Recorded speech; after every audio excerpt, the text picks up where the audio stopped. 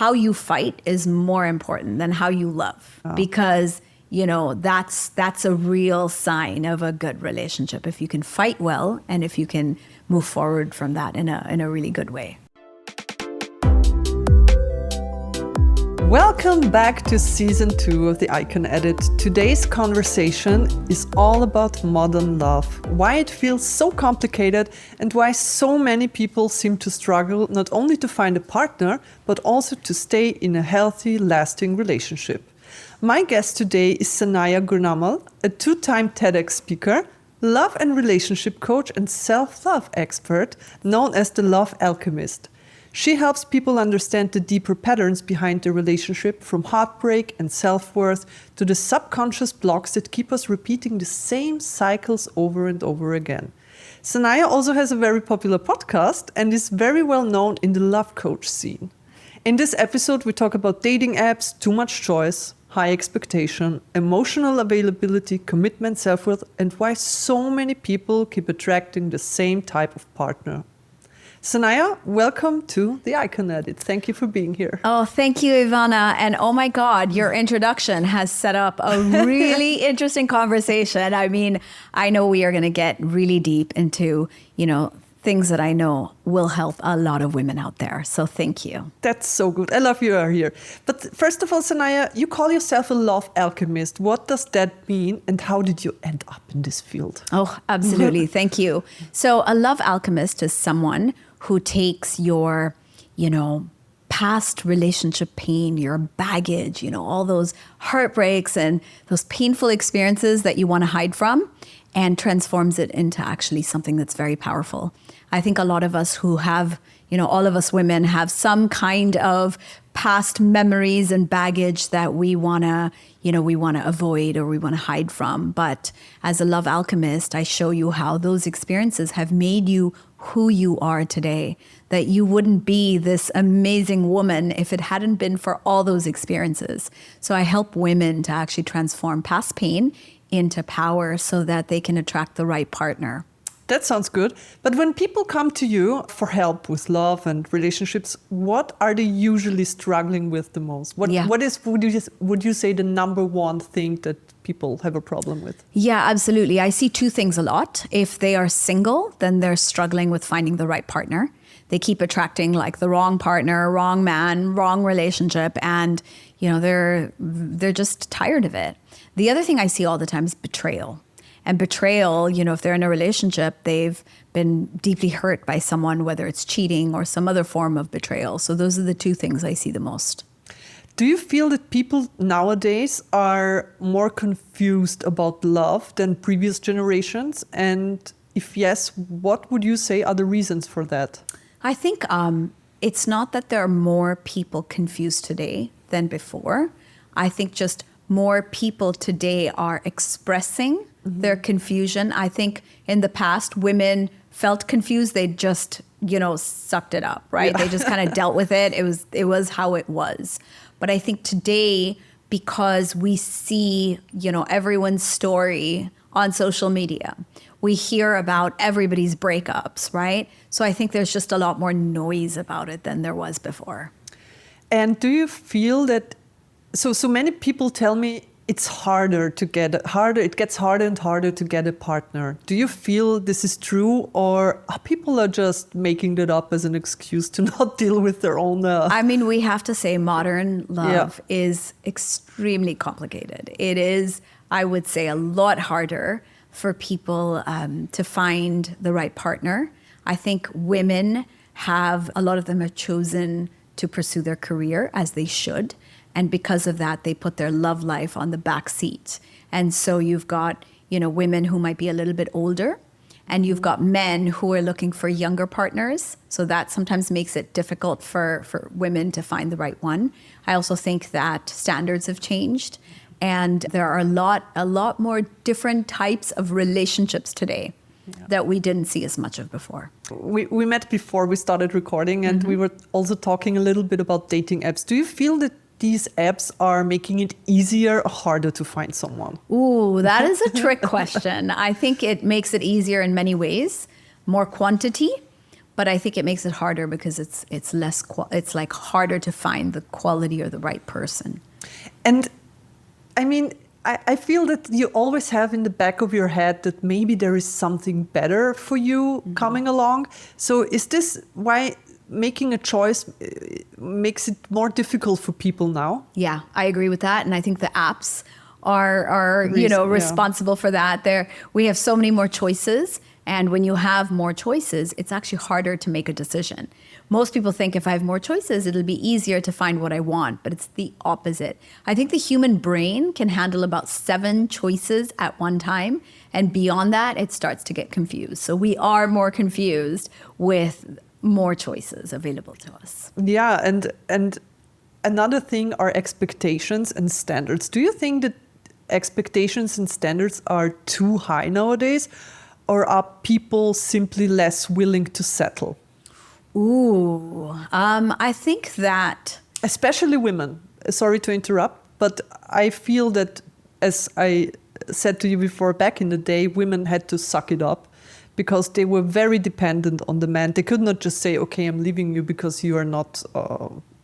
you're too messy, up to you're my a slob, standards. right? Yeah. So now women are independent. They don't need men. If they have a relationship, they have to want men. I don't think the problem is that women have high standards. I think that women have been hurt and disappointed so many times that I think it's harder for them to be more vulnerable and to let people in. And I think it's also very hard for people to trust. We know that across the board, trust is at the lowest level of all time today, whether that's in the government, at work, relationships. I mean, you name it. Trust is something that's very difficult. And one of your signature topics is why we keep attracting the same types of relationships. Why does that happen? Yeah. So our brain looks for what's familiar. And many women have had very difficult childhoods. Maybe their parents fought all the time. Maybe their parents, they faced some kind of betrayal or struggles. And so that becomes what's normal for us if we've grown up in that kind of an environment. And so what ends up happening for most women is they just repeat the patterns that they saw growing up with what their parents experienced, or they had relationship patterns in their own life that they just kept repeating and weren't able to break. So that is the reason why we keep attracting the same kind of lesson in different relationships. But how can someone spot the sign that they are repeating this pattern over and over again? Because I guess sometimes they just see it when it's too late already, right? And most of the time, it is seen when it's way too late, right? Yeah. After the fact. So there are a couple of really good signs. One, it always ends up the same way. Like it always, the relationship ends the same way. That's a pattern. Or you always feel the same emotions. Maybe you feel not chosen. Maybe you feel like your partner doesn't prioritize you. Maybe you feel like you're not good enough. So that's another sign, is you feel the same emotions in every relationship. And the third sign is you attract the same challenge in your relationships. For example, your partner always disappoints you, or your partner always betrays you, or you always feel like your partner finds other things more important than you. So it could be the pattern could show up in the partner, in how you feel, or in how the relationship always ends. That's so interesting. And I saw a few of your videos on YouTube, and you talk a lot about unresolved trauma. I guess as anyone who has to deal with psychological patterns and stuff like that, a lot of our adult life is influenced by our childhood experiences, I guess. Yes. Do you think, and also that's why I think some people are emotionally unavailable in a relationship, do you think that people should get therapy before committing into a relationship? I think that people should definitely do everything they can to become more self-aware before relationships. I think that it is something that really determines how well you do in your relationship. So I think understanding yourself, understanding your patterns is very important. Learning to love yourself is very important. And the more complete you can show up in your relationship, the smoother your relationship will be. So most people come into their relationships with all their drama, all their baggage, all their unhealed traumas. And then, of course, you're going to have conflict in the relationship. So. Yeah. But when we go back to, you said self-love and self-worth, it sounds a little bit like a platitude and easier said than done, right? I mean, people are always propagating, you have to love yourself. But what does that actually mean? And how can we achieve this state of self-worth and self-love? Yes, absolutely. So, of course, people confuse self-love with self-care. Like, oh, but I get a massage. And, oh my God, I do my nails. I'm like, no, that's self-care, which is very important. I'm not saying it's not. But I think self-love, I know self-love goes a lot deeper than that, Iwona, because self-love is being able to treat yourself the way you would someone you love. And unfortunately, most of the time we criticize ourselves. You know, we blame ourselves, we reject ourselves, and we're always like being so hard on ourselves. Yeah. But the most loving thing you can do is to cheer yourself on.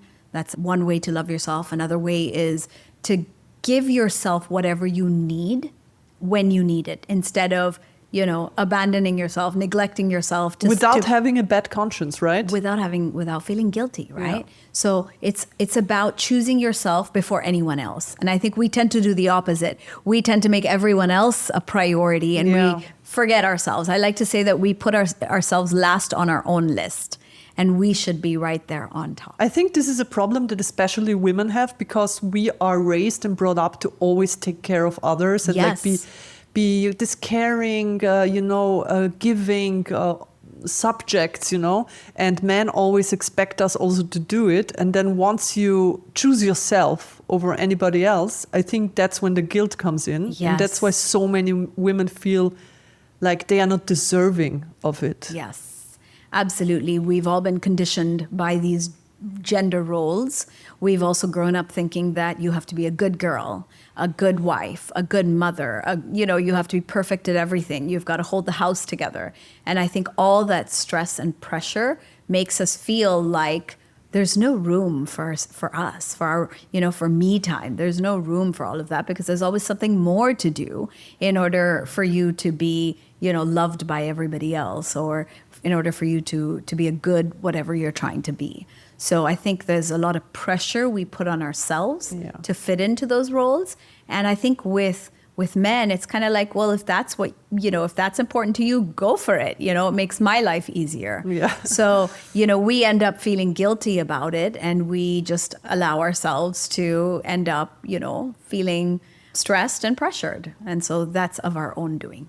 And we were talking about being emotionally available. Many people are not emotionally available. I guess that's why it never works out for them. But they have very, very, very special expectations of or imagination of what their perfect relationship would be like. So I know a lot of singles who say, my man has to be this and that. And they have this whole list of, is it possible that we have a little bit too high of standards nowadays? Yeah. That we tick off a to-do list, and that not every person can fulfill all of these needs. Yeah.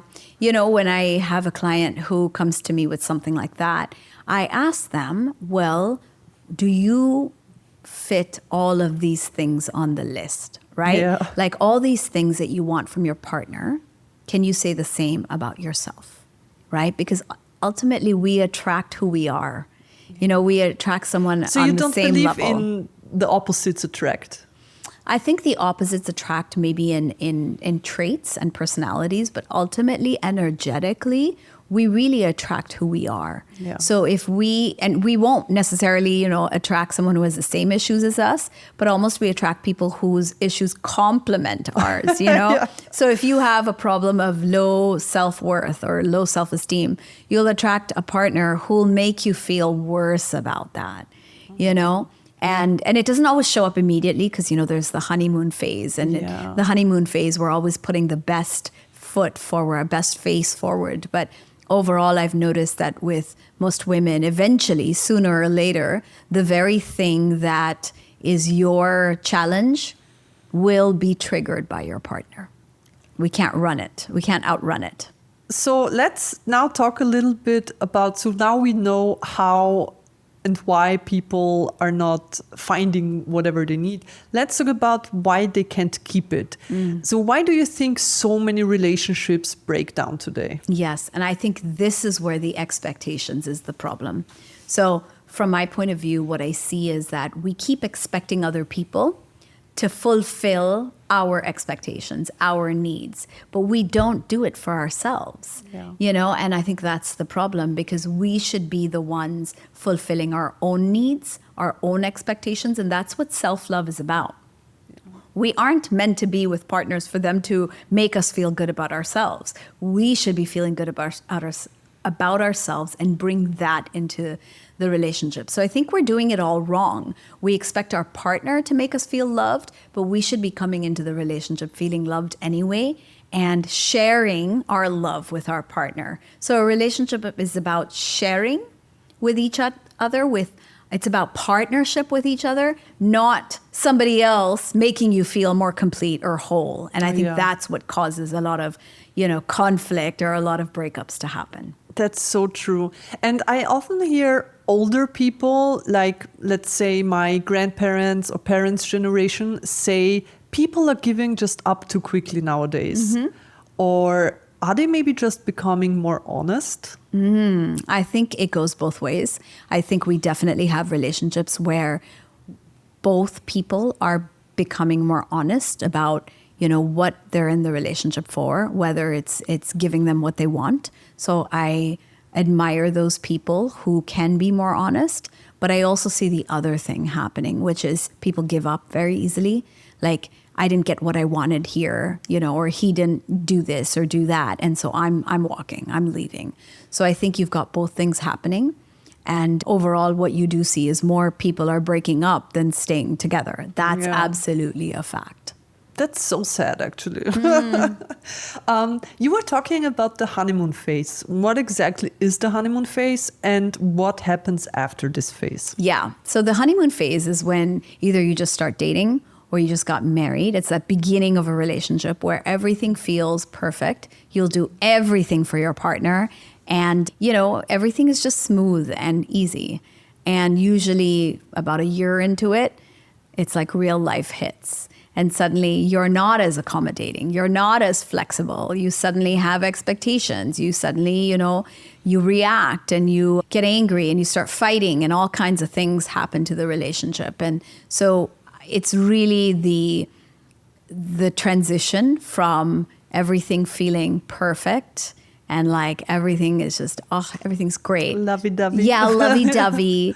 And then the real relationship begins after that honeymoon phase. That's when you have to kind of live with each other every day. And you either grow together or you grow apart. Okay. And then, I don't know how it is here, but in Europe, there is the saying that the hardest year in a relationship is the 7th year. I don't know why exactly the 7th, but what do you say about that? Yeah, there's that thing of the whole 7-year itch. So what is that? Is that like a superstition or? So the saying is that after 7 years, people get a little antsy, and that's when, they start questioning the relationship. A lot of betrayal, infidelity happens at the 7-year mark. It's kind of like this, it's an idea. It doesn't mean it happens to everybody, but I think every relationship goes through cycles of ups and downs. And I think that sometimes you are in a down phase of your relationship where things aren't as smooth or easy, and maybe you're not connecting with each other. Maybe one person is going through a difficult time and the other person can't really get through to the partner. So I think there are cycles in relationships. And I think how you handle those down phases will either make the relationship or break the relationship. And it happens to everyone, right? Sometimes it's when you start having kids and suddenly there's no time for each other, right? Sometimes it's a career change or a financial challenge. So there are different, I would say, cycles, and it's important to honor where you are in the relationship And maybe it might be a phase where things are just not, it doesn't feel as close or connected, but you can always work on it and you can bring that relationship back up to where it was. So let's say a relationship goes through one of those cycles and there comes a phase where it's more a down than an up phase. Do you think that being very committed, like always having in mind this will pass and I care for my partner, and that commitment is something that is very important, and this is something that people have trouble with nowadays? Yeah, I think that commitment is one of the most important things in the relationship, not just to your partner, but also to yourself, right? And I think that I take that attitude of this will pass. It's just a down phase. But I think what people miss is in those down phases, there's a lot of opportunity. There's a lot of possibility for your relationship to actually grow, for your relationship to maybe get closer together. It's in the hard moments that you grow the most, you learn the most, and I think you can be there for each other the most. So how you fight is more important than how you love, because that's a real sign of a good relationship. If you can fight well and if you can move forward from that in a really good way. And that would have been my next question, actually, because sometimes you see relationships where the love is very strong. People love each other like almost like insanely, but then the relationship is very toxic. So what do you say to that? So love is not enough, right? I wonder, is it love or is it control? Is it love or is it possession? Is it love or is it insecurity? So in relationships where there is a lot of toxic behavior and patterns, I wonder, is that love or something else? And I find that when I work with people in those toxic relationships, what we find are a lot of unhealed trauma, unresolved, maybe issues from the past. And when we heal it, the relationship improves. The toxicity, is something that essentially ceases to exist. One thing that everyone experiences, especially after a breakup, is heartbreak. Heartbreak can become a turning point instead of something that closes someone off, right? So what do you do after a heartbreak when you have the feeling that you can never, ever let someone in? Yeah, absolutely. And a heartbreak can be really devastating, and it can influence your life choices after that. There are some people who can never move on. There's some people who are afraid to love again or let anyone in, and trust and being vulnerable and all of those things. When I work with women who are going through heartbreak, what I do is I help them focus not on the negative things that happened, but what they learned from that relationship and how that relationship actually made them better in some way and will help them to make better choices, right? Every relationship teaches us something that we can take into the next relationship. Yeah, it's like almost you have to find out what you don't want, right? Exactly, what you don't want, or maybe is there a better way you could have handled this situation? Or, is this a non-negotiable for you that in the next relationship you will make sure that this is something important to you? So I think we learn a lot about ourselves through our relationships, and we should look at it that way, that relationships, they help us discover who we are. They help us grow. It's not just about having your heart broken, which I know is painful, but we can shift from the pain to the learning, the growth, the lessons, and we can take that forward, and we can honor, the relationship and the pain that you went through, but we can also let it go. That's such a good approach. That's a good approach, yeah. What would you say is the first step you can take to breaking a relationship pattern that you have? The first step is definitely to become aware of it. The second step is to take responsibility or ownership. I think many people get stuck blaming the other person for whatever challenge they're facing in their love life. And I always show my clients that this isn't really the other person that it's not about them. It's about what you're attracting. Why is this happening to you every single time? Yeah. You know, it's your story, it's your pattern, it's not them. And I think that's the hardest step for most people, is because it's so much easier to say it's the other person's fault. Yeah. You know, they screwed up, that's why we're not together. Or, you know, they did this and that's why I had to walk out. You know, it's so much easier to blame the other person. But to take responsibility and ownership for what's going on in your relationships, that's the hardest thing. And yet, that is the most empowering thing. Because if you do take responsibility, then you can actually do something about it, right? Yeah. You can make a different choice. You can heal it. You can forgive. I mean, there's so many ways to move on stronger, better, and, you know, more healed from that. So I definitely really encourage people to become aware of their patterns, taking responsibility for them. And then the next step after that would be, well, why is it that way? You know, where did that come from? Where did you learn this? How is this situation perhaps serving you in some way? So these are kind of ways that I dig into these patterns and where they come from. And then once we figure that out, then it's all about breaking them, shifting them, changing them, doing the healing or the inner work that's required for that pattern to essentially stop being the theme in your life. And I noticed that when my clients go through that process, they start, first of all, understanding themselves better, they make better choices, and they attract completely different people. That's so good. Yeah. I have 2 follow-up questions to that. So the first one is, when you say what we learn, do you also mean that we learn it from our parents and that we apply the same patterns that they did? Absolutely. So I'll give you an example in my own life. I would watch when my parents would fight with each other. My mom would express anger by not talking to my dad. She would just go silent and she would essentially ignore him. That's the way she expressed her anger. So I started to do that in my relationships. If I was angry, I would just not talk to my partner. And I did that in other aspects of my life with friends. I would do that with my parents. That's how I expressed my anger. And that's what made me feel more powerful and more in control. Like, I'm not going to talk to you anymore.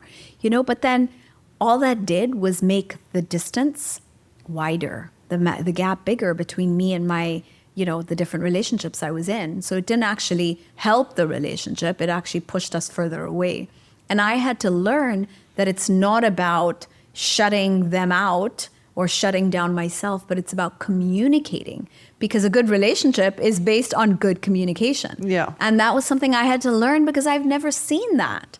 You know, that's not how my parents did things. So I had to learn communication skills in relationships, which was very new to me. And I made a lot of mistakes along the way doing things the way I learned, right? And today, I'm a very big communicator. I teach my children things like, well, how do you feel right now? Go ahead and say it. I feel angry. You know, Mama, I feel angry because you won't let me have candy. And that's okay. But just express it and acknowledge that that's how you feel. And let the other person know. Because I've now learned, you know, how important that is. And now I teach that to my children so they can bring it into their relationships. That's why I think every couple needs to also learn how to fight or argue with each other, right? Absolutely. Because everyone comes from different families. There have been different patterns of how you deal with stuff like this. And then both clash together. So you have to find your own way to do it. Yes. Yeah. You know, I'm working with a couple, and they actually don't have, I would say, major issues, but they are separated because both of them cannot communicate with each other.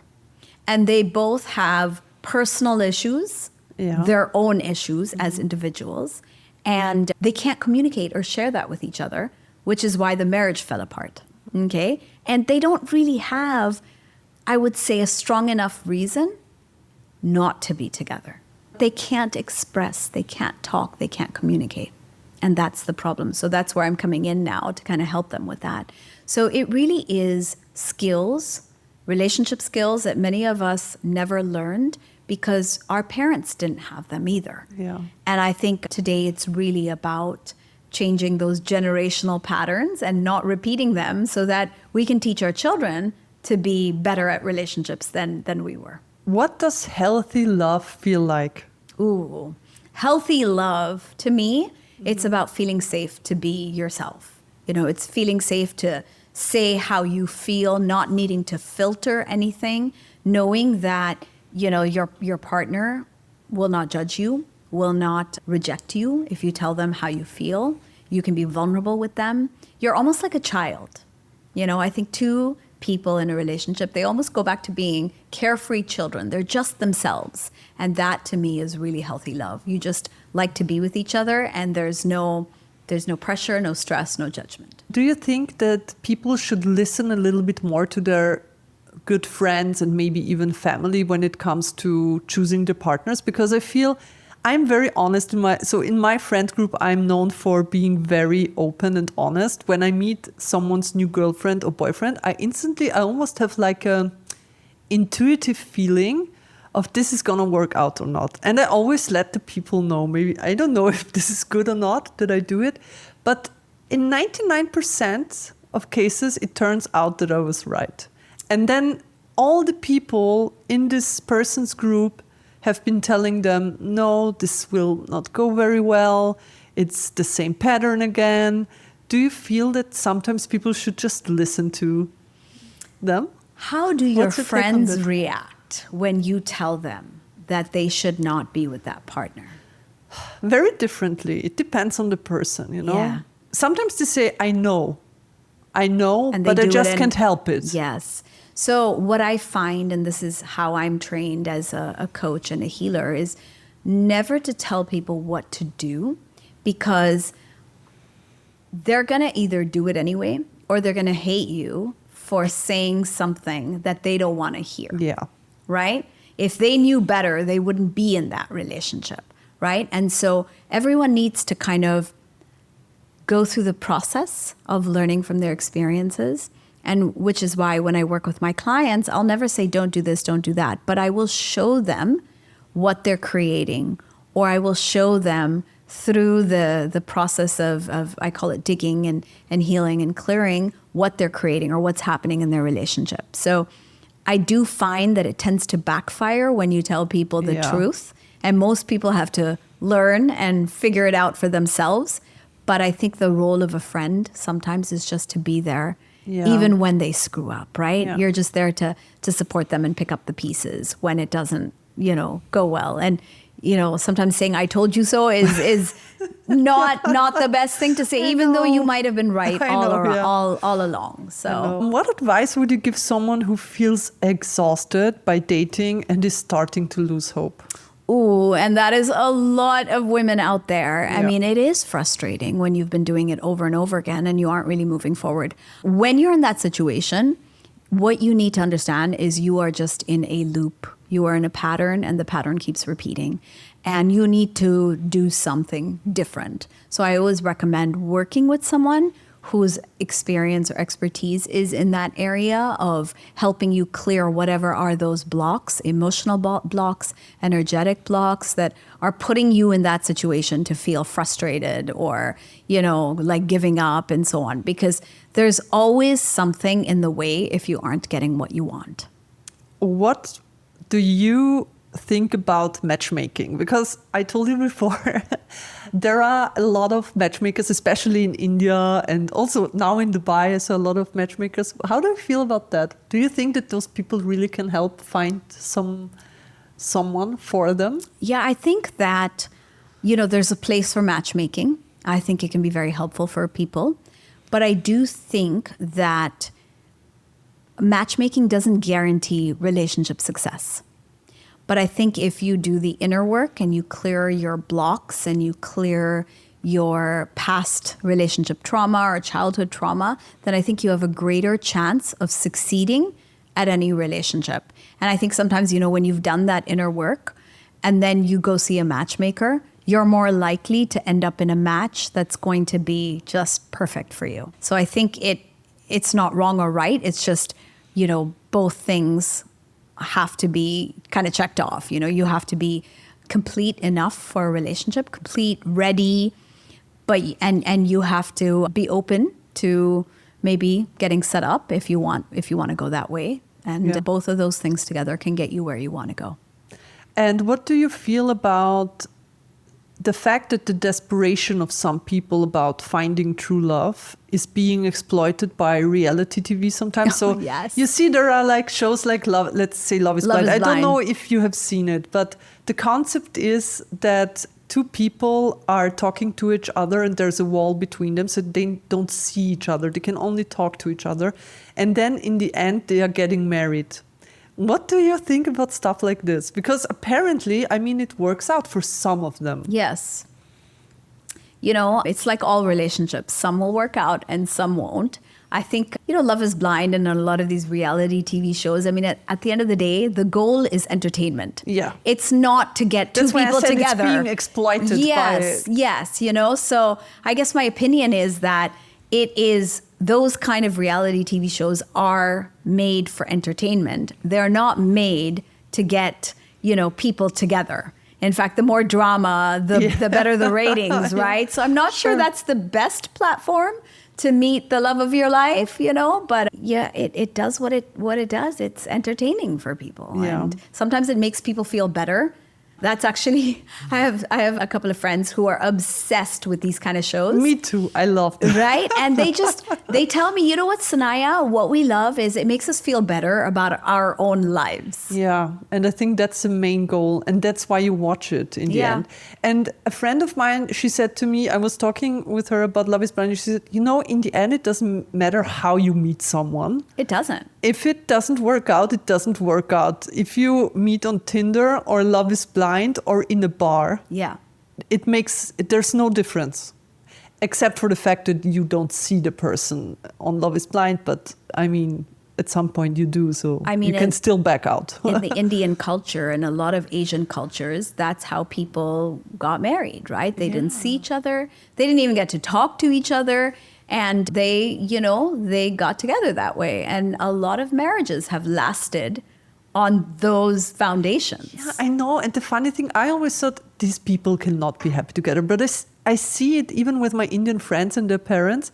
Those people sometimes have really happy and healthy marriages. Yes. That's so interesting. Maybe people should do that more nowadays. I don't know. I think it's just, you know, when you go into a marriage like it's about the mindset. Probably, it's about the mindset. Yeah. You know, you're already trained to say that I'm not expecting, you know, I have very different expectations or I have very different approach to the relationship. So, what is one belief about love that you wish more people would let go of? Ooh, that's a good question. Somebody else needs to complete you.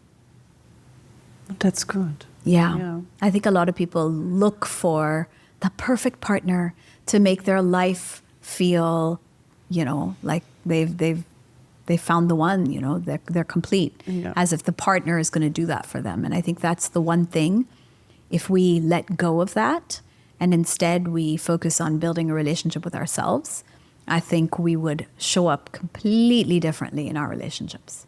And one thing I want to add to this is that having a child will not glue together a relationship. That's another really good one. Yeah. That having a child is not going to fix the relationship. It's not going to keep you together. And it's not going to solve your problems. And that's why I was recently, I'm a big reality TV fan. I saw Desi Blink. Okay. And there is this one couple. Mm-hmm. They have fought for 8 or 9 years to have a child. They were doing a lot of IVF and they have this beautiful 1-year-old child now. And the female part of the couple says now she wants to have a second child because this will ultimately make their relationship better. And I'm like, no. That's a lot of pressure on an unborn child, you know? So that's so sad. Yeah. I don't know. What does love mean to you personally? Love to me is freedom. Oh, I have never seen it that way. Yeah, love is freedom to be who you are, you know, without any limitations, without any judgment, stress. It's just freedom to be who you are. I think that's such a nice approach. Yeah, I think that's self-love, and I think that's also love with a partner. Yeah. I love it. Thank you. What is coming next for you?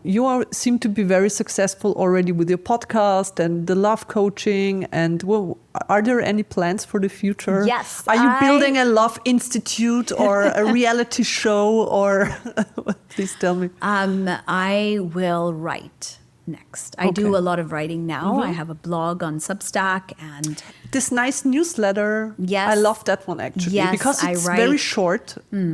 Very nice. Very nice. I put a lot of heart and soul into, writing my weekly newsletter to my audience. And I just love writing. And I think there's so much that I can share through my words. So that is my next step. It's my dream is to write.